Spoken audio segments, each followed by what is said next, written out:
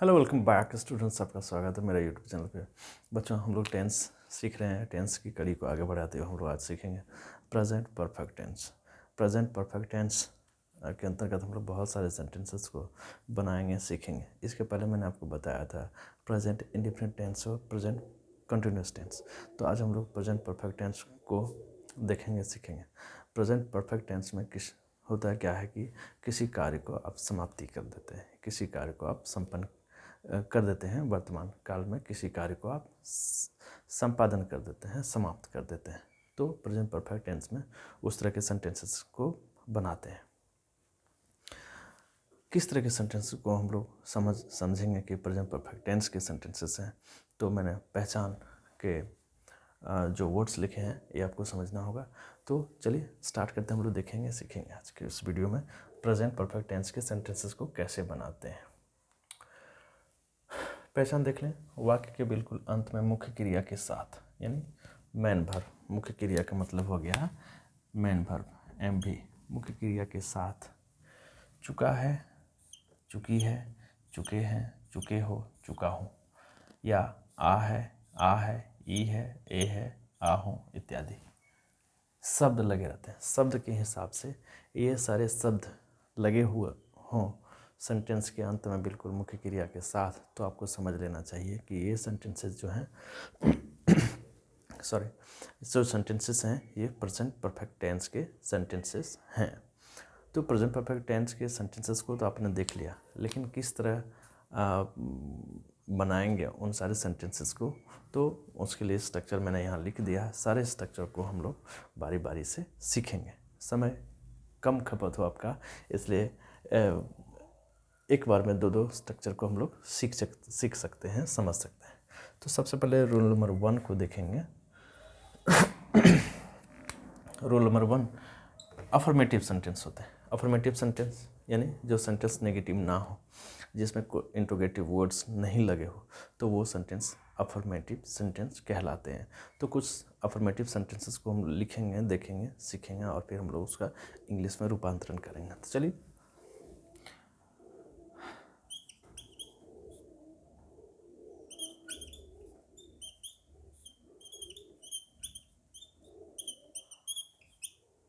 वह खेल चुका है,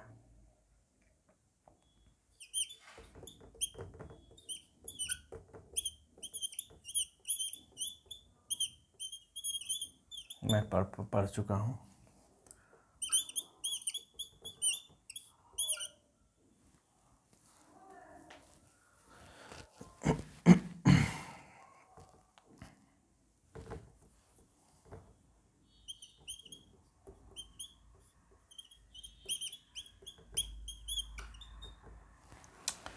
तो देखें सेंटेंस के बिल्कुल अंत में मुख्य क्रिया के साथ, मुख्य क्रिया आपको खेलना सेंटेंस के अंत में चुका है, मुख्य क्रिया पढ़ना सेंटेंस के अंत में चुका है, मुख्य क्रिया खेलना अंत में चुका है। इसके चुका है, चुकी है, चुका हूँ जो भी लगे हुए हैं, इसके स्थान पे ये सारे वर्ड्स भी आ सकते हैं। तो आपको घबराने की कोई बात नहीं है। आ हूँ, आ है, ई है, ए है, आ हूँ इत्यादि वर्ड्स आ जाए तो आपको समझ लेना होगा कि जो सेंटेंसेस हैं वो प्रेजेंट परफेक्ट टेंस के सेंटेंसेस हैं।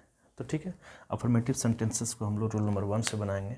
रूल नंबर 1 या आपको हैव, हैज़ और V3 को समझना होगा। बाकी सब्जेक्ट आपको बता दिया हूँ, ऑब्जेक्ट बता दिया हूँ, हैव हैज़ का प्रयोग आपको भी बता दिया हूँ दूसरे वीडियो में, तो उन सारे वीडियोस को भी आप देख लो। V3 का भी प्रयोग आपको बता दिया हूँ जब मैं आपको वॉइस पढ़ा रहा था, तो सारे स्ट्रक्चर का जिक्र हुआ था, लेकिन मैं फिर से आपको स्पोकन को आप कैसे करेंगे, बोलेंगे कैसे इंग्लिश में, उन सारे स्ट्रक्चर को फिर से समझा दे रहा हूँ।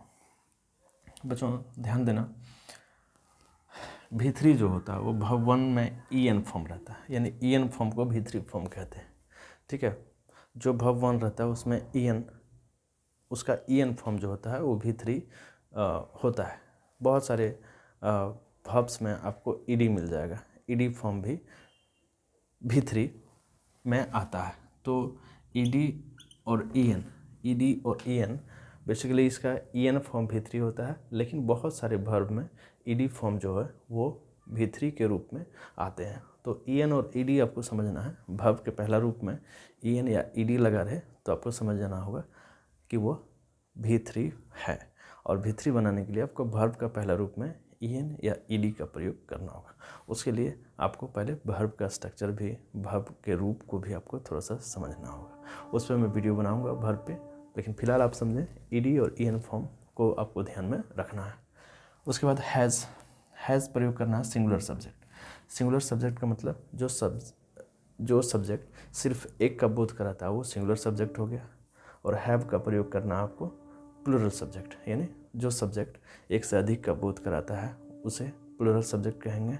और उसके साथ हैव का प्रयोग करना है आई को छोड़ करके, चूँकि आई अपवाद के रूप में वो सिंगुलर है, लेकिन उसके साथ वर्ब जो है वो प्लूरल आते हैं। इस पर मैंने वीडियो बनाया है, ज़रूर से ज़रूर देखना। तो चलिए स्टार्ट करते हैं। वह का होता है ही। अब हैज़ का कि हैव का, चूँकि वह किसी एक व्यक्ति के लिए होता है इसलिए हैज़, ये सिंगुलर सब्जेक्ट है इसलिए हैज़। खेलना का होता है प्ले, इसमें ईडी लग गया तो प्लेड। ठीक है, तो ये V3 फॉर्म हो गया। आपको वर्ब के स्ट्रक्चर को भी थोड़ा सा समझना होगा।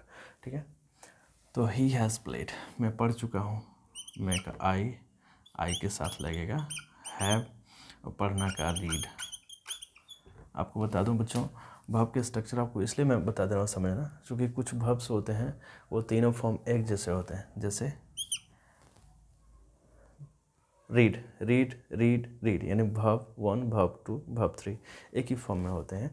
तो वर्ब के स्ट्रक्चर को थोड़ा सा आपको समझना होगा, V3 के स्ट्रक्चर को। ठीक है, श्याम खेल चुका है, उस पर मैं वर्ब पे मैं वीडियो बनाऊंगा, आप उसको ज़रूर देखना। श्याम खेल चुका है तो सब्जेक्ट हो गया श्याम, और श्याम किसी एक लड़का का बोध हो रहा है, यानी एक लड़का का नाम है, तो सिंगुलर सब्जेक्ट हो गया, इसलिए इसके साथ हैज़ का प्रयोग होगा। खेलना का होता है प्ले, और इसमें लग गया ईडी।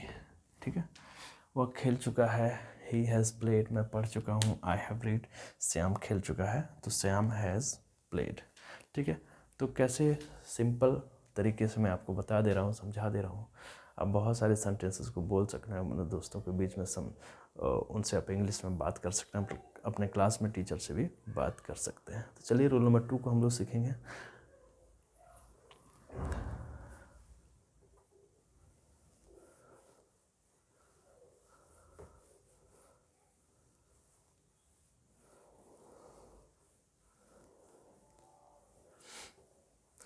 बच्चा रूल नंबर 2 और रूल नंबर 3 का कन्फ्यूज़न में 2-3 सेंटेंसेस से एक ही बार में क्लियर कर देता हूँ। रूल नंबर 2 वैसे सेंटेंसेस के लिए है जो सेंटेंस क्या से शुरू होते हैं, यानी सेंटेंस के बिल्कुल शुरुआत में क्या का प्रयोग हुआ रहता है। और रूल नंबर 3 वैसे सेंटेंसेस के लिए है जिसके बीच में क्यों, कैसे, कब, कहाँ, यानी जो WH फैमिली के वर्ड्स हैं वो लगा रहे, तो आपको समझ आना वो रूल नंबर 3 से बनेगा। और क्या से शुरू हो सेंटेंस तो आपको समझ लेना होगा कि वो 2 से बनेगा। तो चलिए एक ही साथ हम लोग सीखते हैं।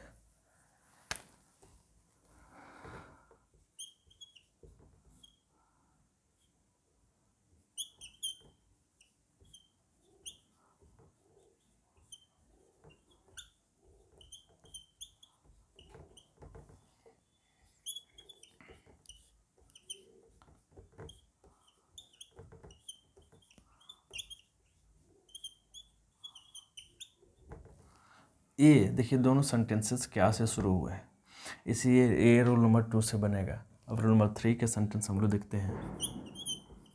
तुम,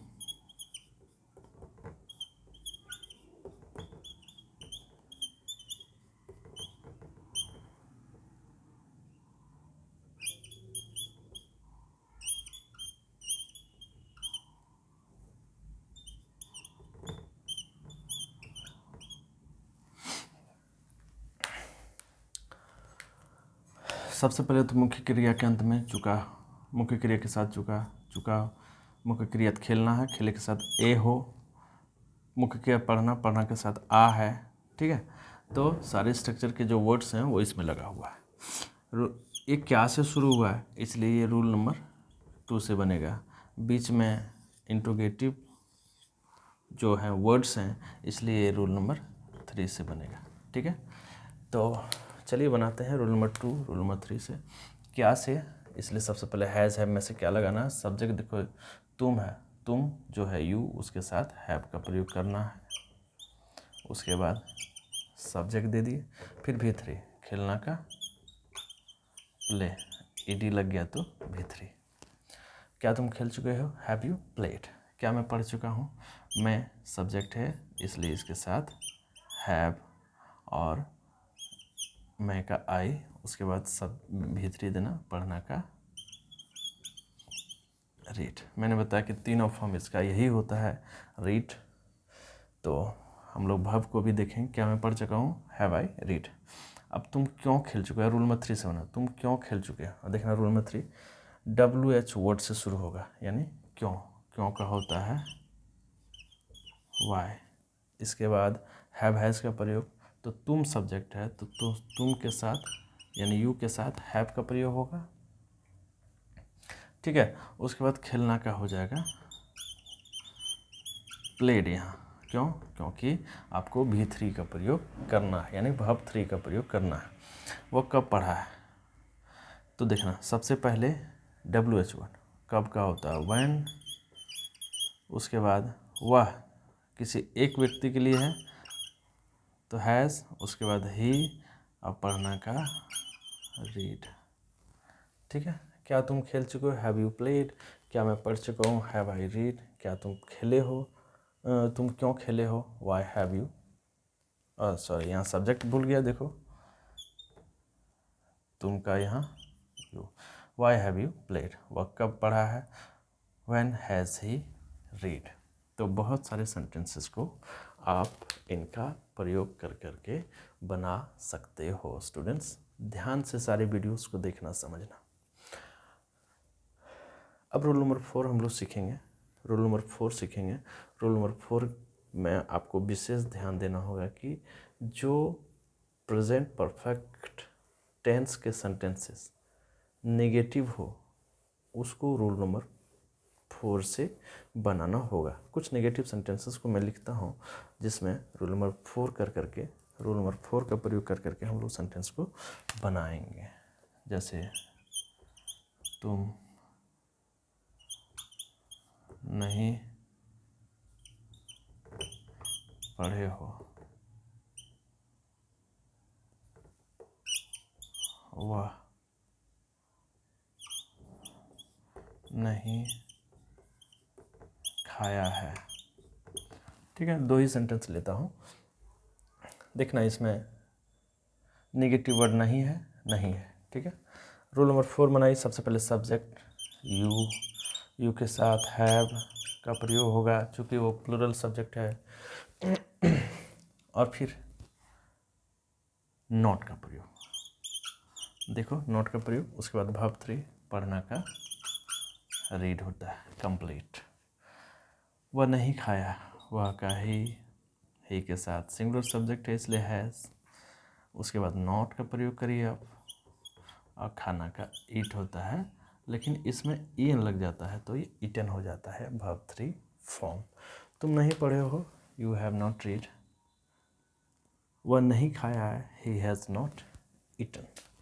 तो बहुत सारे सेंटेंसेस को आप बोल सकते हो अपने दोस्तों के बीच में।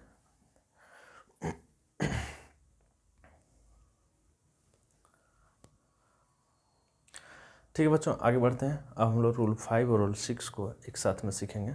रूल नंबर 5 जो है रूल नंबर 2 का नेगेटिव है, रूल नंबर 6 जो है और रूल नंबर 3 का नेगेटिव है। तो चलिए हम लोग रूल नंबर 5 और रूल नंबर 6 को एक साथ में सीखते हैं। एक एक सेंटेंस लेंगे, आपको बहुत बेहतर तरीके से समझा दूंगा एक एक सेंटेंस में, ठीक है। रूल नंबर 5 के एक सेंटेंस लेना है। क्या वह नहीं खेला है?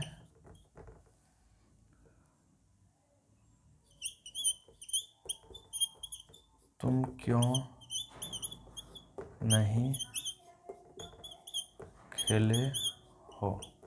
ठीक है, 2 ही सेंटेंस लिया मैंने। ये रूल नंबर 5 पे बनेगा, ये रूल नंबर 5 और ये रूल नंबर 6 पे। मैंने इसलिए 2 सेंटेंस लिया क्योंकि रूल नंबर 2 को आप समझाया है, रूल नंबर 3 को आपको समझाया है, उसका नेगेटिव है, उसमें सिर्फ नॉट का प्रयोग कर देंगे तो आपको रूल नंबर 5, रूल नंबर 6 समझ आ जाएगी। देखिए रूल नंबर 5 में सबसे पहले हैव हैज़ का प्रयोग, तो सब्जेक्ट के अनुसार सब्जेक्ट वह है तो वह के साथ हैज़ और फिर सब्जेक्ट दीजिए, सब्जेक्ट हो जाएगा ही। फिर नॉट का प्रयोग करिए, चूँकि सेंटेंस में नेगेटिव वर्ड यानी नॉट नहीं का प्रयोग हुआ। फिर भी3 यानी प्लेड, क्वेश्चन मार्क जरूर दीजिएगा। वह नहीं खेला है, हैज़ ही नॉट प्लेड। ठीक है, तुम नहीं, अब देखना ये रूल नंबर 5 से बन गया। रूल नंबर 6 को देखो, मैंने 2 ही सेंटेंस में आपको क्लियर कर दिया। तुम क्यों नहीं खेले हो, सबसे पहले WH वर्ड को आके लिखेंगे, यानी क्यों का होता है वाई, सब्जेक्ट तुम है यानी यू के साथ लग जाता है हैव, वाई हैव, उसके बाद सब्जेक्ट दीजिए यू, फिर नॉट का प्रयोग करिए, चूँकि सेंटेंस नेगेटिव है, नहीं का प्रयोग हुआ है। फिर भी3 खेलना का प्लेड, फिर क्वेश्चन मार्क जरूर देंगे। तुम क्यों नहीं खेले हो, why have you not played, वह क्या वह नहीं खेला है, हैज़ इन नॉट प्लेड। ठीक है, तो बच्चों बहुत सारे सेंटेंसेस को आप ऐसे बोल सकते हो, लिख सकते हो, अपनी अभिव्यक्ति को दूसरे के सामने प्रकट कर सकते हो इन सारे टेंसेस का प्रयोग करके। तो मैं उम्मीद कर रहा हूँ कि आपको ये वीडियो बहुत बहुत बहुत अच्छा लगा होगा। और तो चैनल को आपने सब्सक्राइब नहीं किया तो चैनल को ज़रूर से ज़रूर सब्सक्राइब करें, ताकि आपके लिए हम बहुत मेहनत से वीडियो बनाते हैं, ताकि आपको फ़ायदा पहुँचे। आप चैनल को सब्सक्राइब करें और सारे वीडियोस को ज़रूर से ज़रूर देखना। Thanks for watching students.